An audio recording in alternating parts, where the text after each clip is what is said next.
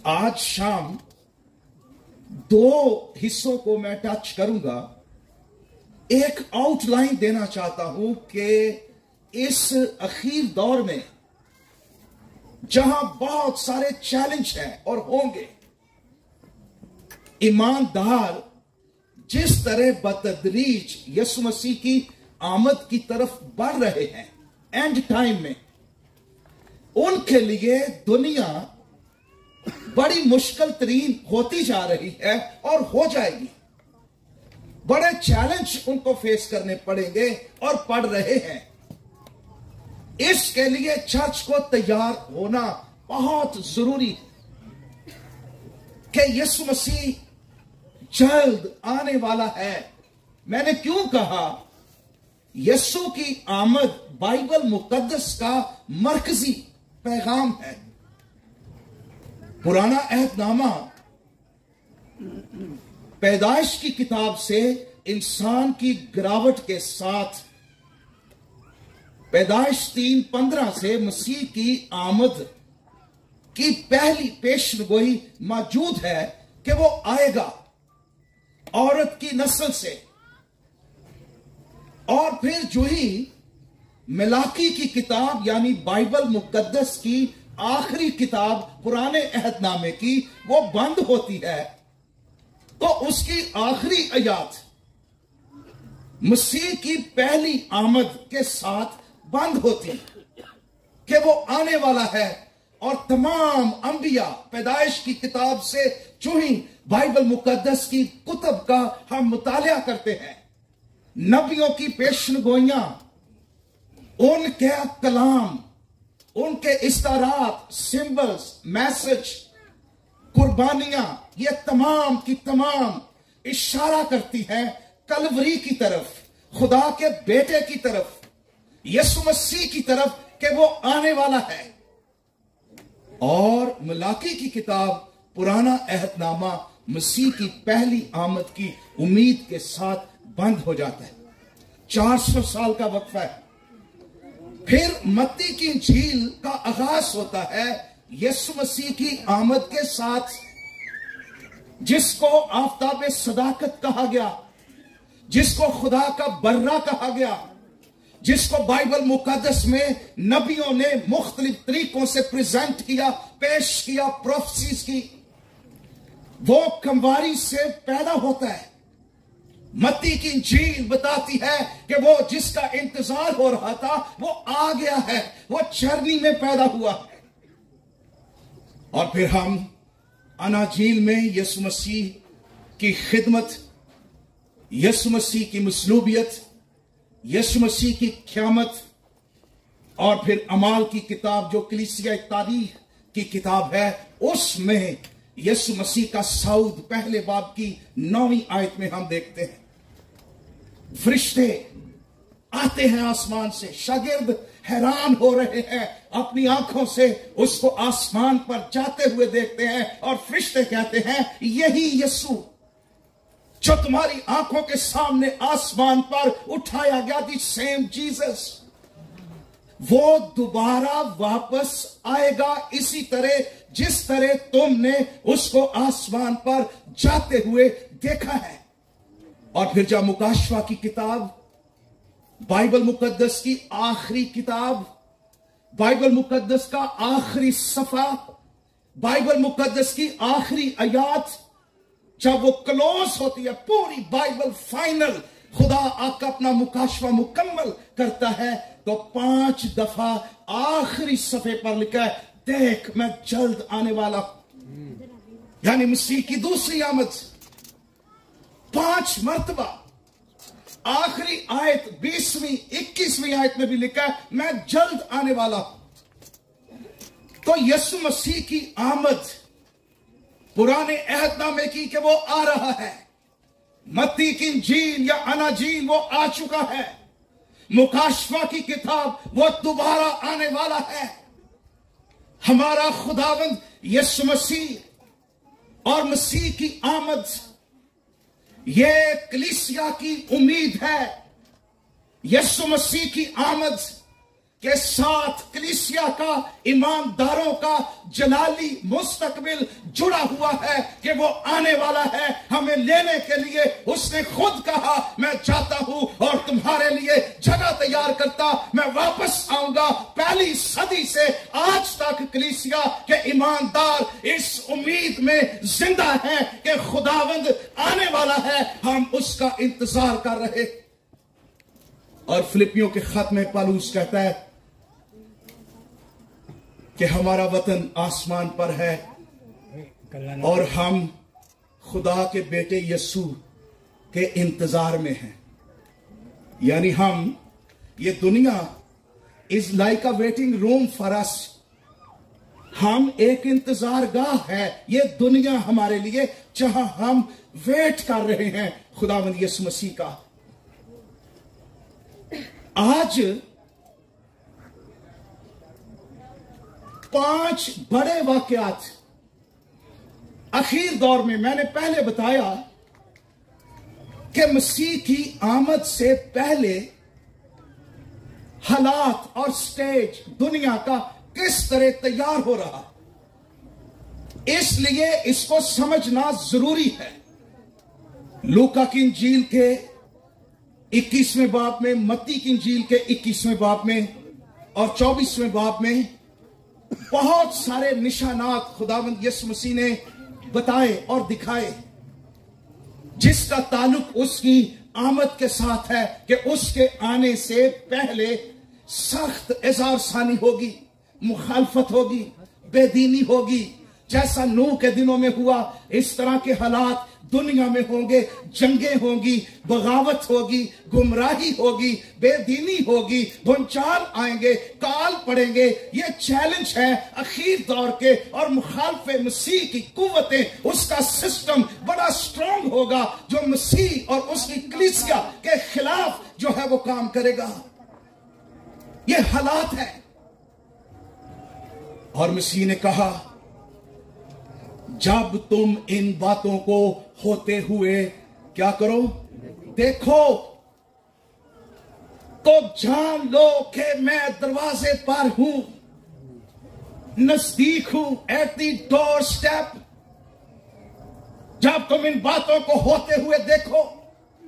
आज इस दौर में कलीसिया को खबरों में, CNN पर, अखबारों में, न्यूज में, दुनिया में उन बातों को जो बाइबल मुकद्दस जिसके बारे बता चुकी, जो उसकी आमद का स्टेज तैयार कर रही, अरे हमें आंखें खोलने की जरूरत। किताब मुकद्दस के औराक और नबियों की पेशनगोइयां और मसीह के कलाम की नबूवती रोशनी के साथ दुनिया को देखने की जरूरत, हालात की नब्ज पर हाथ रखने की जरूरत, चर्च को मिचोर और बालिग होने की जरूरत कि यीशु मसीह की आमद के लिए हम तैयारी करें।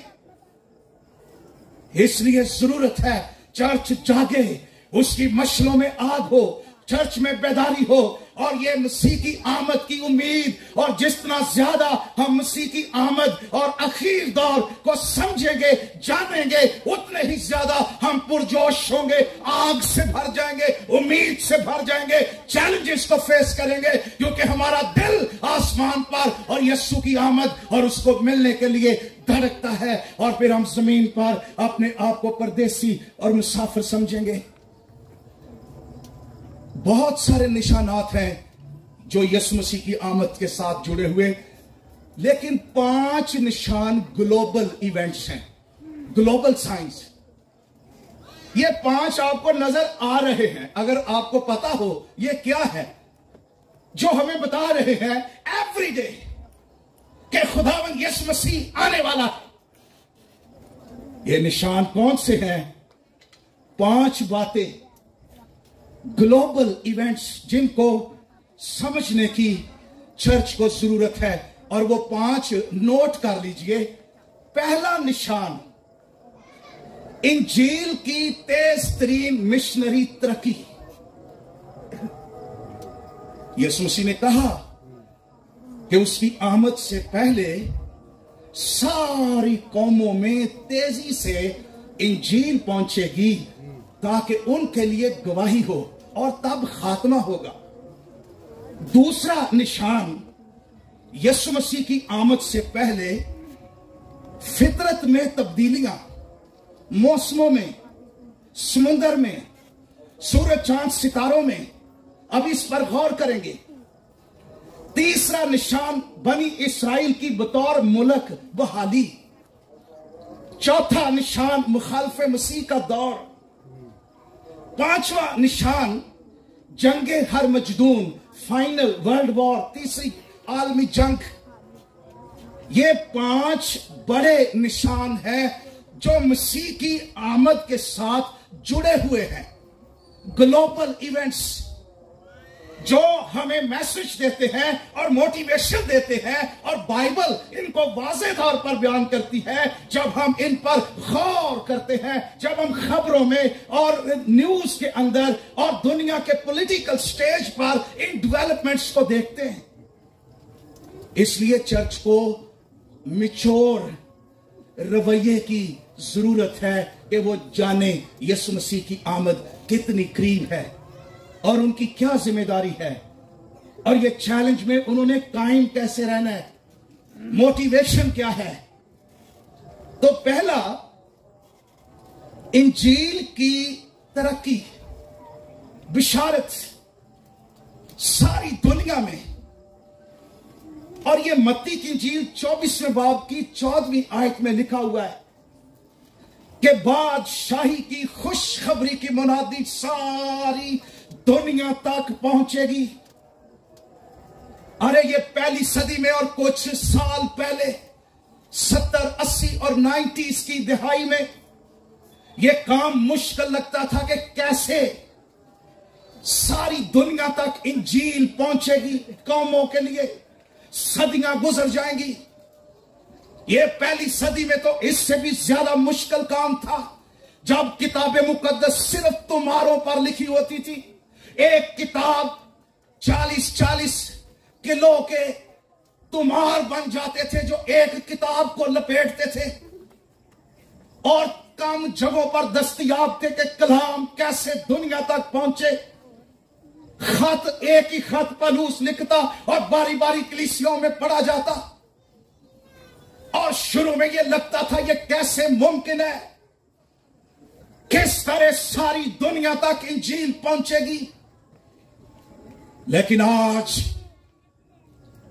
साइंसी तरक्की ने, ना सिर्फ साइंसी तरक्की ने, इसके बावजूद तुम्हार और खत और उसके बाद ट्रांसलेशन शुरू हुई बाइबल मुकद्दस की। आज 3500 से ज्यादा जुबानों में बाइबल प्रिंट हो चुकी, तर्जमे हो चुके हैं, और इस तरह से ट्रांसलेशन का एक बड़ा इनकलाब दुनिया में आया। और जब प्रिंटिंग शुरू हुई तो फिर बाइबल मुकद्दस दुनिया में छपने लगी, गॉस्पेल ट्रैक्स छपने लगे, रिकॉर्डिंग्स होने लगी, इंटरनेट सैटेलाइट का दौर आया तो इसको और बूस्ट मिला, और खुदा का कलाम जो है वो बड़ी तेजी के साथ जूम के जरिए, सैटेलाइट के जरिए, गूगल ट्रांसलेशन के जरिए, बाइबल एप्स के जरिए, और इस तरह से पूरी दुनिया के अंदर, अरे वो मुल्क जो इंजील के लिए चंद साल पहले बंद थे, वहां बाइबल ले जाना जुर्म था, अरे वहां अब दुनिया की कोई ताकत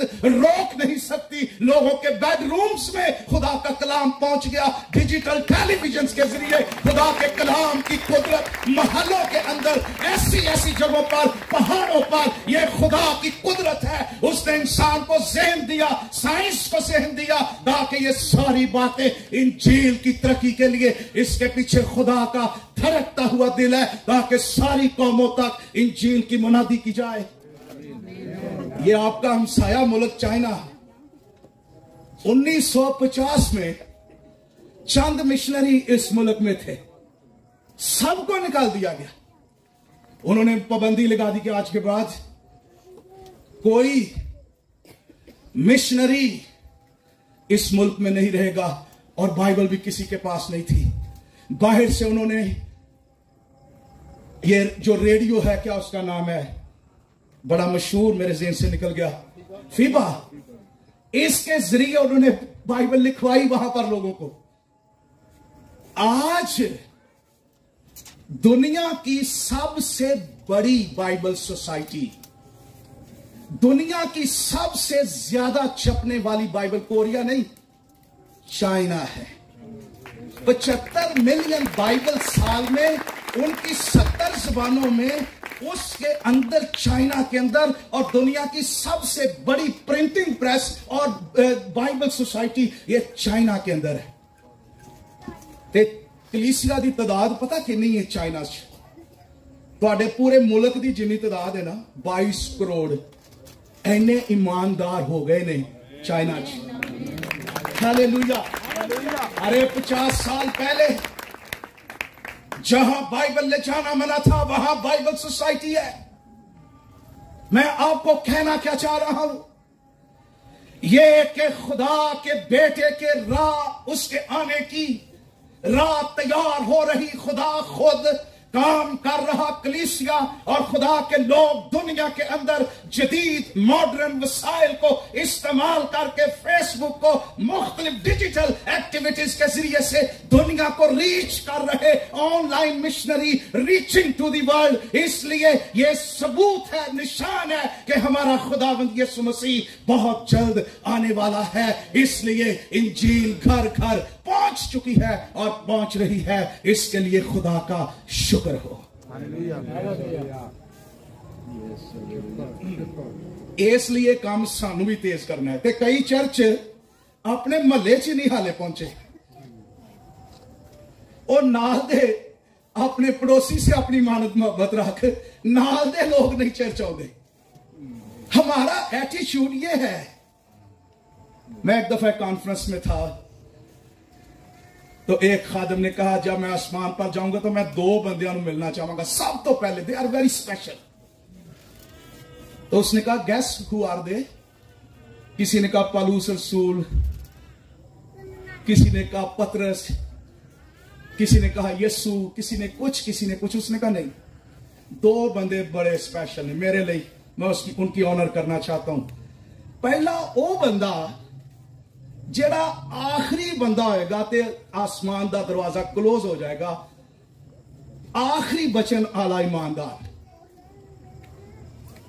जिदे लिए खुदा ने इन्ना इंतजार किया है कि ओदे तक इंजील पहुंचे बचे, वो आखिरी है, तो उदू बाद गिनती पूरी खत्म।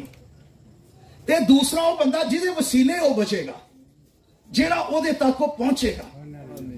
ये 2 बंदे बड़े इंपॉर्टेंट हैं। इसलिए चर्च को जरूरी बात जो है, हम, और खुदा का शुक्र हो, मुझे बाहर से कॉलें आई कि कोविड के दिनों में पाकिस्तानी चर्च का बताएं क्या हाल हुआ। मैं कहा खुदा ने पाकिस्तानी चर्च को बड़ी तरक्की दी है, बड़ी बढ़ोतरी दी है। बाहर चर्च कम हो गए। कहते जी कैसे? मैंने कहा हम बिल्डिंगें, गवर्नमेंट ने पाबंदी लगा दी, हम बिल्डिंगों से बाहर आ गए, चर्च बिल्डिंग से बाहर आ गया, चर्च ऑनलाइन हो गया, चर्च लोगों तक मुख्तलिफ तरीकों से जमा होना शुरू होगा। हमने सीखा कि अगर बिल्डिंग किसी हवाले से बंद हो जाती है, हमने सरवाइव कैसे करना है, हमने कैसे बिखर जाना है और अपनी यूनिटी को, अपनी फेलोशिप को बरकरार रखना। खुदा ने हमें यह भी सिखाया। कल को हालात अगर ऐसे होते और चर्च ने टेक्नोलॉजी को इस्तेमाल करना शुरू कर दिया, सच बात है, हम कभी जूम और इस तरह के ऑनलाइन एक्टिविटीज नहीं करते थे। खुदा का शुक्र हो, कोविड को उसने इस्तेमाल किया कि पाकिस्तानी चर्च अब दुनिया तक रीच कर रहा है। अमेरिका लोग मैसेज सुनकर, कनाडा से हमें फोन आते हैं और वो कहते हैं हम चर्च नहीं जाते थे, लेकिन कोविड के दिनों में आपका मैसेज लगा हुआ था, पास्टर लियाकत का मैसेज, उन्होंने वॉइस मैसेज भेजे, बहुत कुछ के खुदा ने किस तरह हमें निजात दी। साडी कलीसिया दी एक फैमिली है, वो शौहर चर्च नहीं सी आंदा, ओनू पादरियां तो ठोकर कोई लग गई सी, उन्हें कहा चर्च नहीं जाना, मैं खिलाफ था चर्च। उसके बच्चे लिख कर मैसेज देते थे, हमारा पापा निजात पा जाए, अक्सर लियाकत साहब पढ़ते थे। तो एक दिन जब हमारे चर्च बंद हो गए, ऑनलाइन में मैसेज दे रहा था, जिंदगी कितनी मुख्तसर है। इस पर मुझे उस बहन ने फोन किया उस मैसेज को सुनकर उसके शौहर ने घर में बैठे रो रो कर तौबा की। और उसने पता क्या कहा? कहता, पादी साहब, मैं खुदा दी मोहब्बत नू बयान नहीं कर सकना कि मैं चर्च इतना नाराज सा, मैं चर्च जाना नहीं चाहता था, बल्कि चर्च के आगे से भी नहीं गुजरना चाहता था, इतने मेरे सख्त दिल थे। कहता, खुदा ने चर्च बंद किया और खुदा मुझ तक पहुंचा, चर्च मुझ तक पहुंच गया। इसको वो खुदा की मोहब्बत कि खुदा मुझसे इतना प्यार करता है। तो मेरे अजीजों, पहला निशान यीशु मसीह की आमद का वो इंजील की तेज तरीन तरक्की है, ताकि कोई शख्स ये ना कह सके कि मुझ तक इंजील नहीं पहुंची। दूसरी बात, मसीह की आमद के साथ दूसरा ग्लोबल इवेंट वो है फितरत में तब्दीलियां। यह भी लूका की इंजील में लिखा हुआ है कि मसीह की आमद से पहले मौसमी तब्दीलियां, क्लाइमेट चेंजेस होंगी। और यहां तक लिखा है, यीशु मसीह ने कहा, सूरज, चांद, सितारों में निशान जाहिर होंगे। यहां तक लिखा हुआ है कि समुद्र की लहरों के शोर से दुनिया की कौमें घबरा जाएंगी। यहां तक लिखा हुआ है, आसमान की कुव्वतें हिलाई जाएंगी। खौफनाक निशानियां। और यह भी लिखा हुआ है कि दुनिया की कौमें, उन पर दहशत छा जाएगी। दुनिया का सिस्टम, साइंटिफिक सिस्टम नाकाम हो जाएगा जब समुद्रों में लावे उठेंगे, तूफान आएंगे, लहरों का शोर और खौफनाक जो सितारों में, सूरज, चांद में, सैटेलाइट में चांद निशानात और खौफनाक जो चेंजेस आएंगी, दुनिया, खौफनाक कुव्वतें भी इससे खौफनाक हो जाएंगी। दुनिया की कुव्वतें हिलाई जाएंगी, आसमान की कुव्वतें हिलाई जाएंगी। और यहां जदीद तरीन टेक्नोलॉजी भी नाकाम हो जाएगी। क्यों नाकाम हो जाएगी? इसलिए कि आसमान की कुव्वतों को हिलाने वाला खुदा दुनिया को एक और मौका दे रहा होगा। ये बिल्कुल इससे पहले यीशु की आमद से करीब ये चीजें वाकया होंगी। और लिखा है कि दुनिया खौफ के मारे, डर के मारे, दहशत के मारे उनकी जान में जान ना रहेगी, उनके सिस्टम फेल हो जाएंगे और उन पर खौफ तारी होगा। इसलिए ये आसमान की कुव्वतें कौन हिला रहा है? ये आसमान का खुदा कुव्वतें हिला रहा और दुनिया को ये साइन के तौर पर बता रहा कि ये सब कुछ उसके कलाम की कुदरत से कायम है और उसके कहने से ये सब कुछ धर्म भरम हो जाएगा। और लिखा हुआ है, जब दुनिया में एक दहशत का निशान होगा। और यीशु मसीह ने क्या कहा? उस वक्त तुम सीधे होकर अपने सर ऊपर उठाना। यानी जिस वक्त दुनिया की कौमें दहशत ज़दा, खौफ ज़दा होगी, कलीसिया के लोग ईमानदार, उनको डरने की जरूरत नहीं, उनको खौफ खाने की जरूरत नहीं। उस वक्त अपने सर ऊपर उठाना, सीधे खड़े हो जाना, क्योंकि उसी वक्त में तुम इब्ने आदम को कुदरत और जलाल के साथ जमीन पर आते हुए देखोगे और उस वक्त तुम्हारी निजात करीब होगी। यह कलीसिया के लिए पैगाम है। उनको डरने की, घबराने की, इन आफात से जरूरत नहीं। अरे वो खुदावंद में महफूज है, वो उसके जलाल के लिए महफूज है, मुस्तकबिल उनका है, वो उसमें प्रिजर्व है। इसलिए उनको सीधे खड़े होना है और गवाही देनी है। बल्कि यह भी लिखा हुआ है, यह तुम्हारा गवाही देने का मौका होगा। इसलिए हमें घबराने की जरूरत नहीं, लेकिन दुनिया को है। एक और तीसरा बड़ा अहम निशान यीशु मसीह की आमद के साथ जुड़ा हुआ है। यह उसकी आमद से पहले अजीम तरीन वाकया जो हो चुका है, और वो है कौम बनी इस्राइल की बहाली। मैं क्यों कह रहा हूं, बाइबल मुकद्दस 2500 पेशन गोइयां बाइबल मुकद्दस में और 2000 पेशन गोइयां बनी इसराइल कौम के मुतालिक। इसलिए बनी इसराइल कौम बड़ी अहम कौम है पूरी दुनिया में। इसको खुदा की घड़ी कहा गया है। प्रोफेटिक तमाम वाकयात वहां से रिलेटेड हैं, जुड़े हुए हैं उनके साथ। सन 70 में यह कौम हुआ क्या, जब खुदावंद यीशु मसीह जमीन पर था, खजूरों के इतवार के दिन जब वो रोया उसके आंसू बहने लगे। लूका की इंजील में लिखा हुआ है। ये फाइनल अपॉर्चुनिटी, आखिरी मौका था बनी इस्राएल के लिए। उन्होंने रद्द कर दिया। यहां तक पिलातूस को कहा, इसका खून हम और हमारी गर्दन पर और हमारे बच्चों की गर्दन पर आए, तुम इसको मसलूब करो। मसीह ने वाज़े कह दिया वो मसाया है, लेकिन ये लोग सख्त दिल हो गए और मसीह के आंसू बहने लगे। मसीह देख रहा था, ऐ यरूशलेम, ऐ यरूशलेम, वहां पर मसीह रोया, जब तुझे तलवार के साथ कत्ल किया जाएगा और तुम तितर बितर हो जाओगे। ये उसकी अदालत शुरू होने लगी इस कौम पर जिन्होंने रद्द किया खुदावंद मसीह को। और सन 70 में जनरल तीतस ने, रोमी जो सिपसलार था, उसने बनी इसराइल पर हमला किया। 7 लाख के करीब यहूदियों को तलवार का लुकमा कर दिया और सारे बाकी जो थे वो तितर बितर हो गए। कोई ईरान में, कोई इराक में, कोई अफगानिस्तान में, कोई पाकिस्तान में, कोई इंडिया में, कोई जर्मनी में, कोई कहां, किसी मुख्तलिफ जगह पर, कोई मिस्र में, ये पूरे मिडल ईस्ट में, ये दुनिया की कौमों में तितर बितर हो गए और कौम खत्म हो गई।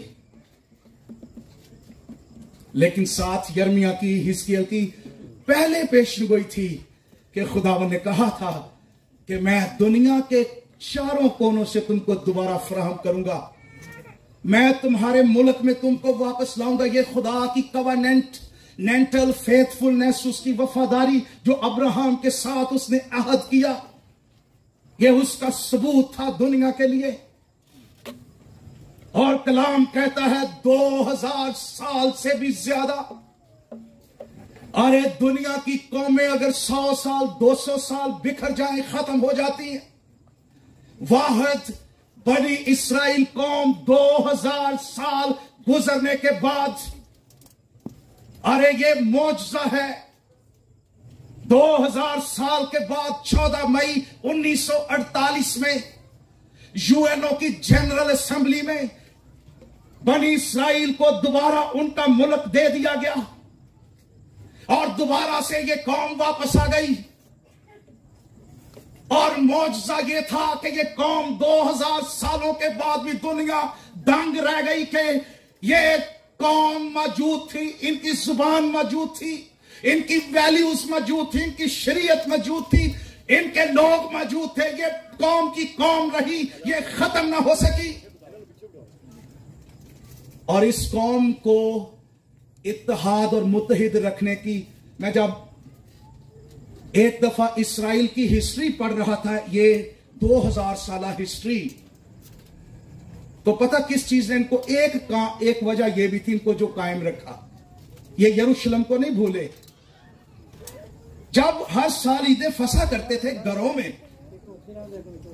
तो बाप जो होता था वो अपने बच्चों को कहता रोटी देकर, अगली फसा हम यरूशलेम में करेंगे। गौर करें, हर साल। और वो बच्चा जब बाप बन जाता, वो अपने बच्चों को कहता, फसा जब सेलिब्रेट करते थे, अगली फसा हम यरूशलेम में करेंगे। तो इस तरह से उनके अंदर यरूशलेम मुंतकिल होता रहा, वैल्यूज मुंतकिल होती रही, मजहब मुंतकिल होता रहा, कलाम मुंतकिल होता रहा। 2000 साल तक शरीयत आगे नस्लों में मुंतकिल होती रही।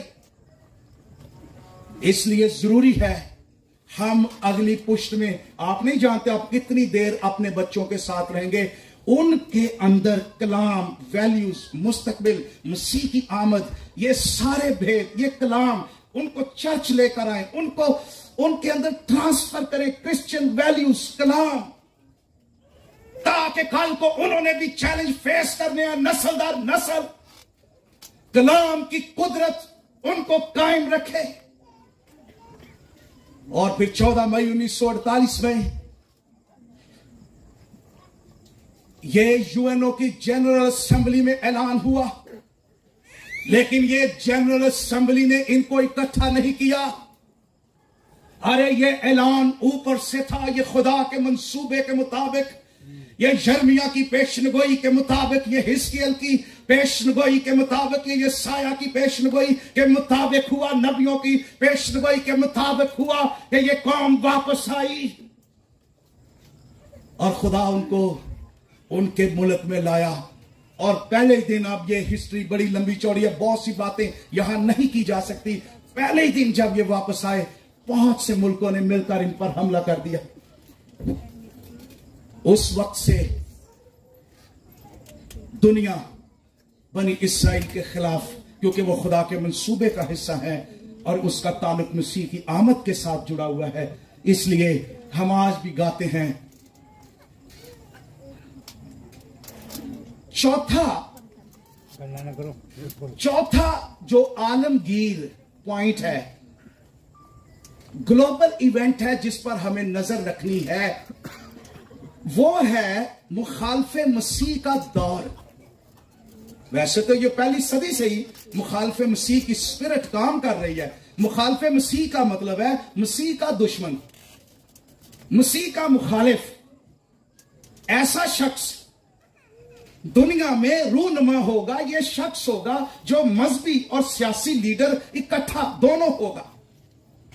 और थिस्सलुनीकियों के खत में, दूसरा थिस्सलुनीकियों 2 बाब 3 आयत से 10 आयत तक आप पढ़े, इसको गुनाह का शख्स कहा गया, इसको हलाकत का फर्जंद कहा गया, इसको ऐसा शख्स जो अपने आप को माबूद कहलाता है और खुदा के बराबर जाहिर करता है, इसको बेदीन कहा गया। और यह भी लिखा हुआ है उसकी आमद शैतान की तासीर के मुताबिक होगी, यानी शैतान इसको एम्पावर करेगा, इस शख्स को, जिस तरह मसीह मुजस्सम हुआ, इब्लीस इसमें मुजस्सम होगा और इब्लीस इसको पूरे तौर पर कंट्रोल करेगा। ये डीमन, डिमोनिक, सेटन पोजेस्ड शख्स होगा, मजहबी भी होगा, सियासी भी होगा। और मुकाशफा 13वें बाब में इसकी और डिटेल, इसको हैवान कहा गया। इसकी निशानी क्या है? इसकी निशानी यह है कि कलाम कहता है ये बड़े बड़े निशान और मौजज़े जाहिर करेगा, यहां तक कि आसमान से आग भी नाज़िल करेगा। यह बुत में रूह फूंकने का इख्तियार इसको होगा। गौर करें। और फिर इसके बारे में लिखा हुआ है कि सारी दुनिया के लोग इसकी छाप लेंगे, क्योंकि जो कोई इसकी छाप या मोहर नहीं लेगा, हम नहीं जानते ये किस तरह चीजें डेवलप हो रही हैं, ये स्किन के अंदर होगी, जो कि अभी शुरू हो चुकी है अमेरिका में। एक कैप्सूल इंजेक्ट कर रहे हैं, वो कहते हैं, ये जिस तरह ट्रैकर नहीं गाड़ियों में लगता, कि इसमें आपकी सारी हिस्ट्री है, ये मेडिकली आपका ब्लड प्रेशर चीजें, ये मेडिकल पॉइंट ऑफ व्यू से ये शुरू हो गया, और फिर इसके अंदर ही उन्होंने सारी हिस्ट्री इंजेक्ट करनी। ये सिस्टम डेवलप हो रहा है, इसकी एक झलक। और कलाम में कहता है कि जो कोई उसकी मोहर ना लेगा, स्टैंप उसकी ना लेगा, उसकी छाप नहीं लेगा, वो खरीदो फरोख्त नहीं कर सकेगा। गौर करें कि इस शख्स की दुनिया के बिजनेस पर इसका कंट्रोल होगा, दुनिया की इकोनॉमी पर इसका कंट्रोल होगा, दुनिया के तमाम इकोनॉमिकल सिस्टम इसको, जैसे IMF है, इस तरह के सारे सिस्टम को ये कंट्रोल करेगा। इसकी एक झलक आपको नजर आई होगी कोविड में। वैक्सीन नहीं है, यू कैन नॉट ट्रेवल, आप अंदर नहीं जा सकते क्योंकि आप वैक्सीनेटेड नहीं हैं। उन दिनों जिन लोगों ने ट्रैवल करना था वैक्सीनेशन के बगैर, वो ट्रैवल नहीं कर सकते थे। कुछ इस तरह का सिस्टम बन जाएगा कि ये उसके मुताबिक आपको दुनिया को होना पड़ेगा, उसकी छाप लेनी पड़ेगी, क्योंकि आपने अपने बिजनेस की खातिर, अपने ट्रैवल की खातिर, अपने वीजे की खातिर, खाने पीने की खातिर, ये चीजों को जब आप देखेंगे बहुत सारे लोग उसकी छाप लेंगे। बल्कि यहां तक लिखा हुआ है मुकाशवा 13वें बाब की 8वीं आयत में लिखा हुआ है, इसकी छाप दुनिया के कौन से लोग लेंगे। लिखा है वो जमीन के सब रहने वाले जिनके नाम बर्रे की किताब में लिखे हुए नहीं हैं, यानी जिन पर बर्रे की मोहर नहीं लगी हुई, वो उसकी छाप लेंगे। अरे वो सब जिन पर बर्रे की मोहर और छाप नहीं और उसके नाम बर्रे की खुदा की किताब में नहीं लिखे हुए, उनके लिए ये दौर खतरनाक होगा। वो उसकी छाप ले लेंगे। लेकिन जिनके नाम बर्रे की किताब में लिखे हुए, इसीलिए लिखा है मुबारक वो है जो अपने जामे धोते हैं, मुबारक वो है जिनके नाम बर्रे की किताब में लिखे हुए, मुबारक वो है जो माफ कर दिए गए, मुबारक वो है जो कलीसिया का हिस्सा बन गए, मुबारक वो है जिन पर रूह कुद्स की छाप लग चुकी है और वो खुदा की पोजेशन और मिल्कियत हो चुके हैं, वो उससे ताल्लुक रखते हैं और बर्रा खुद उनकी हिफाजत करेगा इस मुश्किल दौर में, एंटी क्राइस्ट के दौर में। अरे वो अपने लोगों की हरावल और चंडावल होगा, वो उनके साथ होगा जो एंटी क्राइस्ट के सिस्टम और मुखालफत के बावजूद अपने लोगों को कायम रखेगा। हालेलुया। लेकिन बाकी सारे ही ओदी की करेंगे, प्रस्तश करें, लिखा उसकी प्रस्तश करेंगे। ते आज पता की है, मुझे बड़ा दुख हुआ। एक पादरी साहब कह रहे थे, लो जी गिरजा प्लांट करना केड़ा हुण मुश्किल है। मैं कहा क्यों? आंदा एक एक आटे का तोड़ा दवो तो मैंबर बन जाते ने लोग। कोई 100 तोड़े का 200 का इंतजाम कर लो मंथली, ते 200 मैंबर तुहाडे अगले ही संडे चर्च च होणगे। गौर करें, आज चर्च बन रहे हैं राशन देकर। क्या ये लोग कायम रहेंगे जब एंटी क्राइस्ट राशन बांटेगा, जब फ्री राशन कार्ड बांटेगा उसकी मोहर लेने के लिए, उसकी मिशन में आने के लिए, उसके सिस्टम का हिस्सा बनने के लिए? अरे बड़ा आसानी के साथ लोग उसके सिस्टम का हिस्सा बन जाएंगे। लेकिन ये मुश्किल तरीन दिन और वक्त और काम भी होगा, याद रखिए। इसमें वही लोग कायम रहेंगे जिन पर बर्रे के मोहर लग चुकी, जिन्होंने खुदावंद यीशु मसीह को अपना निजात दहिंदा कबूल कर लिया, जो उसके हो गए।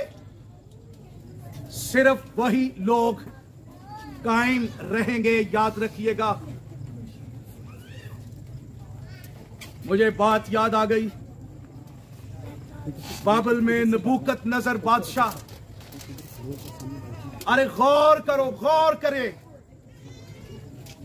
उसने बहुत बड़ी मूरत बनाई। नबूकदनेस्सर बादशाह वो भी एंटी क्राइस्ट स्पिरिट रखने वाला बादशाह था। उसने मूरत बनाई सोने का सर।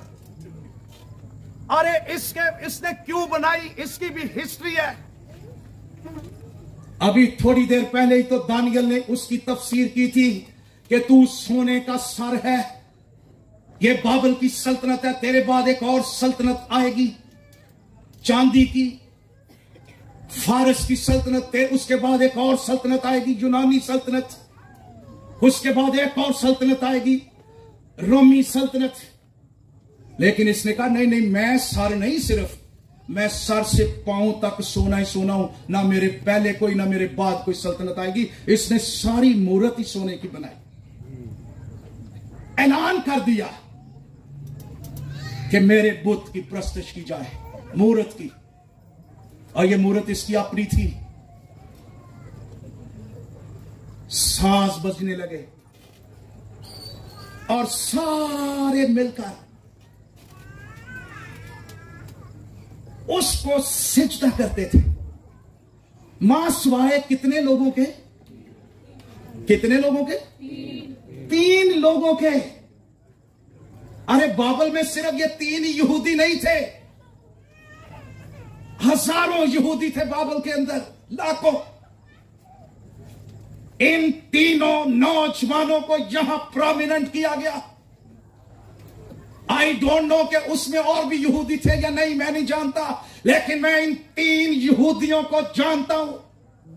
ये नौजवान थे और यहूदी मां बाप 10 हुक्म अपने बच्चों के दिलों पर नक्श करते थे और बाइबल की स्टोरीज उनको सुनाकर उनके ईमान को मजबूत करते थे कि उनका खुदा वो है जिसने मिस्र के लश्करों को मारा और वो हमें निकाल कर लाया। जिदाऊन की स्टोरी, यशु की कहानी और यरदन की कहानी, ये तमाम स्टोरीज इनको सिखाई गई, सुनाई गई।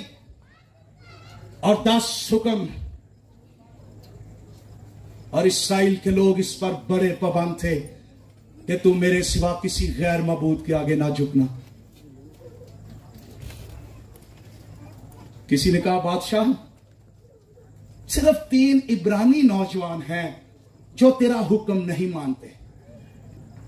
ऐसे 3 ईमानदार इस दौर में अगर होंगे तो वो कायम रहेंगे। उनकी स्पिरिट अगर होगी मजबूत, अंदर से मजबूत। बादशाह ने कहा एक और तुम्हें मौका देता हूं, अगर अब की बार तुम ना झुके। उन्होंने कहा बादशाह हम तुझे पहले बता चुके और हम तुझे जवाब देना मुनासिब नहीं समझते। दूसरी बात,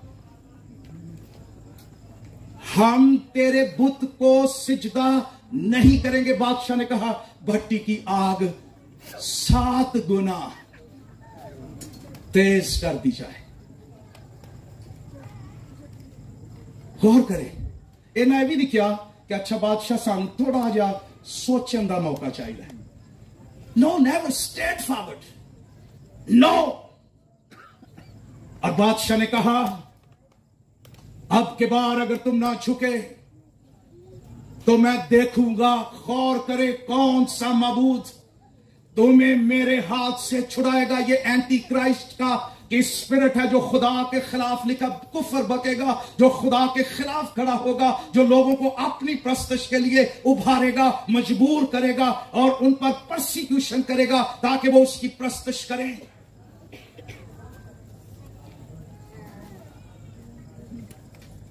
सदरक मीसक अबदनचू ने कहा बादशाह जान ले, जिस खुदा की हम इबादत करते हैं, गौर करें एम्फसिस किस बात पर है? खुदा पर। वो जानते थे जिसकी वो इबादत करते थे, इस्राएल के खुदा के बारे उनको गहरी वाकफियत थी। जिसकी हम इबादत करते हैं वो लकड़ी और पत्थर का मबूत नहीं है, वो इस्राएल का खुदा है और जिंदा खुदा है और लश्करों का खुदा है। याद रख, वही हमें तेरे हाथ से छुड़ाने की क्या है? कुदरत। यानी खुदा ऑलमाइटी है, कुदरत वाला है, कम नहीं। अगली बात और खतरनाक, अगर वो हमें ना भी छुड़ाए, यानी हम जल जाएं भट्टी में, तो भी वो हमें छुड़ा लेगा। अही अंज जलांगे ते उसी लम्हे हमारी रूह फुर्र करके आसमान पर उसके जलाल में चली जाएगी, भट्टी चो भी निकल के। अगर हम जल भी जाएंगे, वो ना भी बचाए इसका यह मतलब नहीं है कि वो वफादार नहीं है, इसका यह मतलब भी नहीं है कि वो छोटा खुदा है, इसका यह मतलब भी नहीं है कि वो छुड़ा नहीं सकता। वो कादिर मुतलक है, वो कुदरत रखता है, वो ना भी छुड़ाए। हमें उसकी कुदरत पर भी भरोसा है, हमें उसके फैसलों पर भी ट्रस्ट है, वो हमारे लिए बेहतर फैसले करता है। बादशाह लिखा गजबनाक हुआ, इतनी भट्टी की आग तेज कर दी कि उनको फेंकने वाले जल गए, लूंबा बाहर आ रही है। गौर करें। अच्छा शायद सदरक मीशक कहता होवे बात दुआ कर लीए, दानियल भी दुआ च लगा है, हुणे मौजजा हो जाना है। मीशक कहता होगा कोई भी नहीं, वो तो सानू बनना शुरू हो गए ने, अग तेज हो गई है, कोई फरिश्ता नहीं आया, खुदा किथे है? वो सानू ले जाते भट्ठी वाले, सेक लगना शुरू हो गया दूरों ही, खुदावन किथे है? कोई मौजजा नहीं हुआ। कई लोग इत्थे जाके इनकार कर देंगे, ओहो भाई मैनू छाड़ दो छाड़ दो छाड़ दो।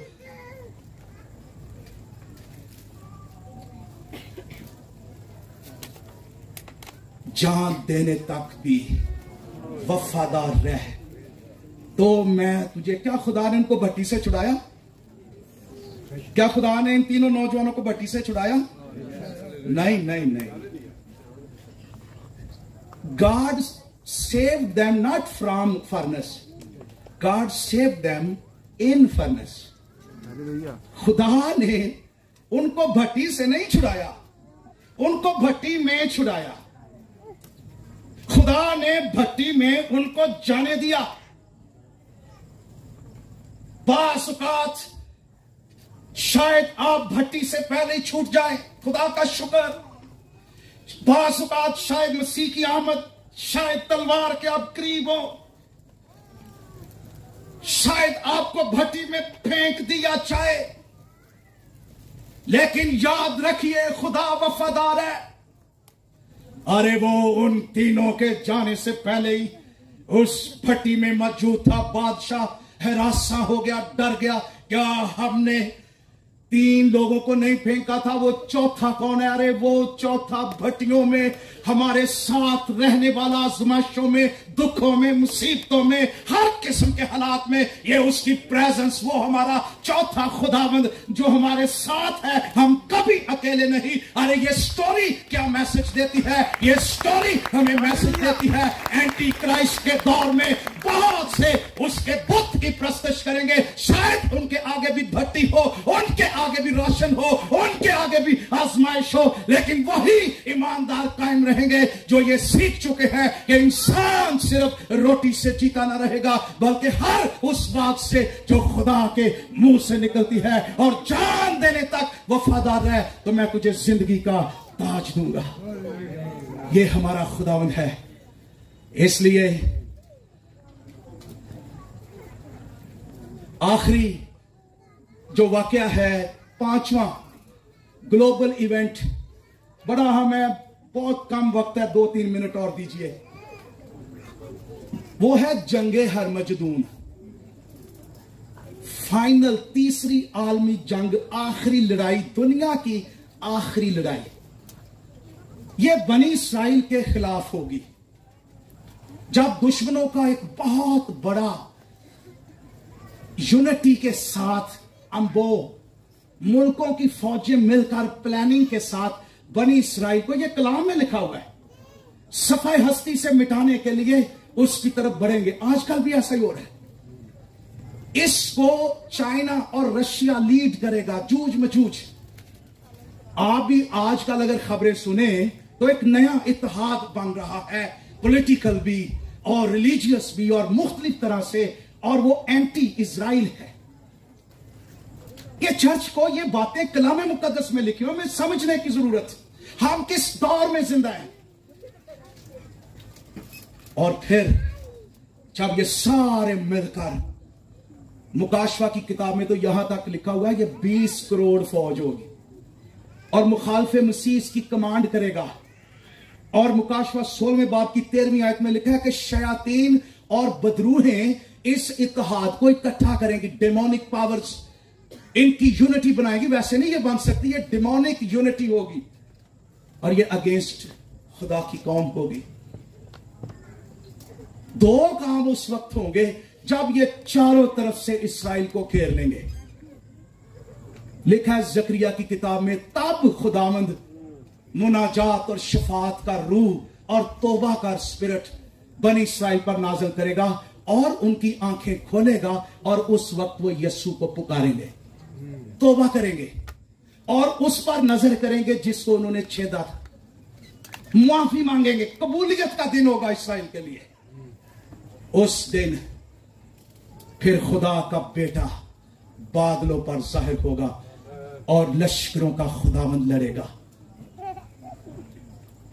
5 बातें कौन कौन सी? पहली बात जो यीशु की आमद का स्टेज तैयार कर रही है, ये आपने भूलनी नहीं है। 5 पहली बात कौन सी है? इंजील की तेज तरीन तरक्की। दूसरी बात, फितरत में तब्दीलियां। समुंदर में कभी निशान, कभी कहेंगे लो जी सितारा डिगन लगा जी, अगर डिग गया तो अद्धा अमेरिका तबाह हो जाना है, ये हो जाना है, वो हो जाना है। बहुत सारी बातें अफवाहें इस तरह की होंगी, खौफ। तीसरी बात कौन सी है? बनी इस्राइल की बतौर मुल्क बहाली। चौथी बात, मुखालफे मसीह का दौर। और 5वीं बात, जंगे हर मजदूर। लेकिन आखिर में खुदावंद यीशु मसीह की आमद, यह दुनिया के लिए, यह लिखा हुआ कलाम में मुकाशवा 16वें बाब की 17वीं आयत में कि बर्रे का आना, खुदा के बेटे की आमद दुनिया के लिए गजब का रोजे अजीम होगा। हॉरिबल डे, खौफनाक तरीन दिन दुनिया के लिए, दुनिया की कौमों के लिए।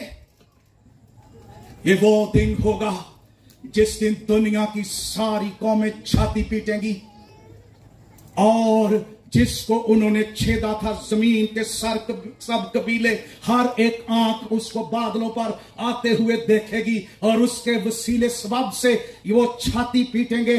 और यहां तक लिखा है कि उसके नूर की तजल्ली और आग के साथ जब वो आएगा, थिस्सलुनीकियों के दूसरे खत के पहले बाब की 8वीं आयत में लिखा है कि वो भड़कती हुई आग के साथ उसका दिन आएगा और उसके नूर की तजल्ली से इतना गजब होगा, जहन्नम की तरह लोग जो हैं वो सड़ना शुरू हो जाएंगे और वो कहेंगे, ऐ पहाड़ों हम पर गिर पड़ो, हमें बर्रे के गजब से बचा लो। और वो अब मरना चाहेंगे लेकिन उनको मौत नहीं आएगी। ये गजब का दिन, ये अदालत का दिन, ये दुनिया से इंतकाम का दिन। और लिखा है यीशु मसीह के बारे में थिस्सलुनीकियों के खत में पहले बाब की 8वीं आयत में, और वो जो खुशखबरी को नहीं मानते, पहले तो वो उनसे बदला लेगा जिन्होंने इंजील सुनी लेकिन रद्द किया, जिन्होंने मिशनरियों को कत्ल किया, जिन्होंने बाइबल्स को जला दिया, जिन तक खुदा का कलाम पहुंचा, बार बार पहुंचा, लेकिन उन्होंने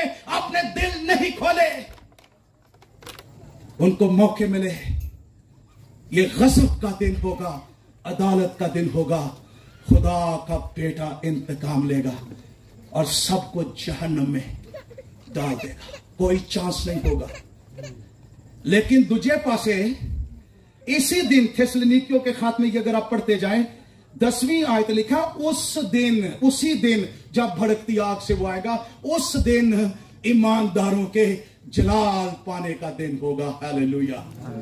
उसी दिन जिस दिन दुनिया गजब, बर्रे के गजब को फेस कर रही होगी, हम उसकी जलाली आमद में आसमान पर उसकी तरफ उठाए जाएंगे।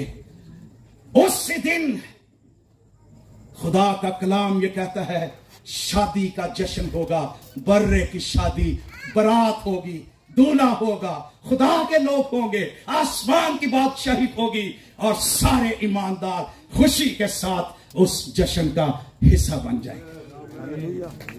हालेलुया। और आसमान पर अज किसी को ना आसमान ते जान तो डर जाता है, नहीं नहीं जी मैं एडी छेती नहीं जाना चाहता। ते दूसरी गल पता कि आसमान के बारे हम ज्यादा नहीं जानते। हमें बताया ही नहीं गया था। मेरी बेटी एक छोटी जमाइमा है, वो एक दिन बड़ी परेशान संडे स्कूल तो आई, कहती पापा ते चेहरा उठ गया, बड़ी परेशान। मैं कहा क्या हुआ है? मुझे एक बात बताओ, आज टीचर कह रही थी आसमान पर हमें भूख नहीं लगेगी। मैं क्या, गौर करें, इथे भुख पता किन्नू जरा बीमार होवे। मैं क्या नहीं, लिखा हुआ वहां भूख ना होगी। जेड़ी जमीन ते भुख है वहां तो फल लगने हैं, दरख्त हैं, हम खाएंगे, हम पानी पिएंगे, हम चश्मों से, हम 12 किस्म के फल दरख्तों पर लगते हैं। We will eat. आदम खाता था अदन में। हमारे लिए हम बड़ा खुश सा बेरौनक सा आसमान ते दूजी गल आसमान के बारे पता की करने, उथे 24 घंटे असी गीत गावांगे। आ पिछे जे मैं एक बड़ी भैड़ी जी क्वायर एक जगह ते गा रही,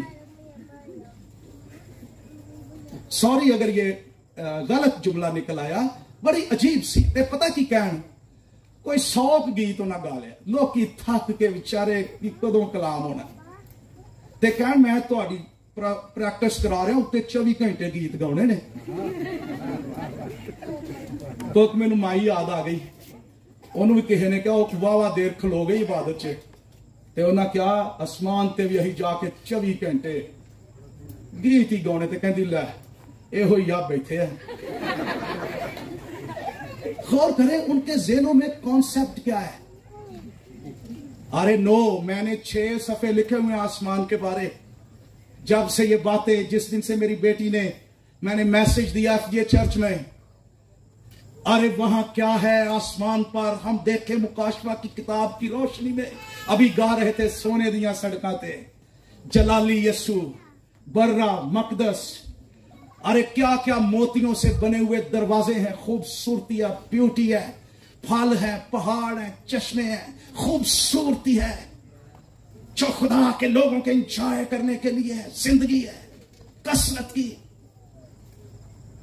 इसलिए एक शख्स आसमान तो होके आया है जिसको मैं जानता हूं। वो कौन है? पौलुस रसूल। वो कहता है यकायक तीसरे आसमान तक, ते वो जो ने वेखिया ने चीजें, वो कहता है वहां ऐसी ऐसी बातें हैं कि लफ्ज नहीं कि उनको बयान कर दिया जाए इस दुनिया में। इतनी खूबसूरत और पाक चीजें। और वो कहता है मेरा दिल तो करता है कुछ करके आसमान पर खुदावंद के यहां जा रहा हूं, क्योंकि ये बहुत बेहतर है, ब्यूटीफुल है, मेरा दिल करता है। लेकिन अगर मैं रुका हुआ, खुदा ने मुझे वक्त दिया है तो उसके काम के लिए रुका हुआ, उसके काम के लिए। तो मेरे अजीजों, आइए, आज मौका है चर्च के लिए, हमें आखिर दौर में कायम होना है, मजबूत होना है, कलाम को पढ़ना है, आमद सानी के गीत गाने, हर संडे गाएं आमद सानी के गीत, शफावा दो छड़ दो, मसीह की आमद के गीत उस गाएं जिसमें जलाल है, जिसमें मुस्तकबिल है, जिसमें जिंदगी है। अभी आपने 2 गीत गाए, मैं एकदम मुस्तकबिल से भर गया और मसीह की आमद मेरे अंदर और ज्यादा गहरी हो गई। इसकी हमें जरूरत है। मैसेज दें इस पर, चर्च को तैयार करें, आखिरी चैलेंजेस के लिए चर्च को तैयार करें, ईमान के साथ में मजबूत और महफूज हो, आगे बढ़े, इंजील सुनाएं अपने मोहल्लों में, गलियों में, शहरों में। एक वक्त आने वाला है जब फिर मौका नहीं होगा। और उन लोगों के लिए भी मैसेज है जिन्होंने आज तक यीशु मसीह को कबूल नहीं किया, फिर वो उस भीड़ में शामिल होंगे जिनके लिए उसके गजब का दिन होगा और वो जहन्नम में जाएंगे। आइए अपनी आंखें बंद करें।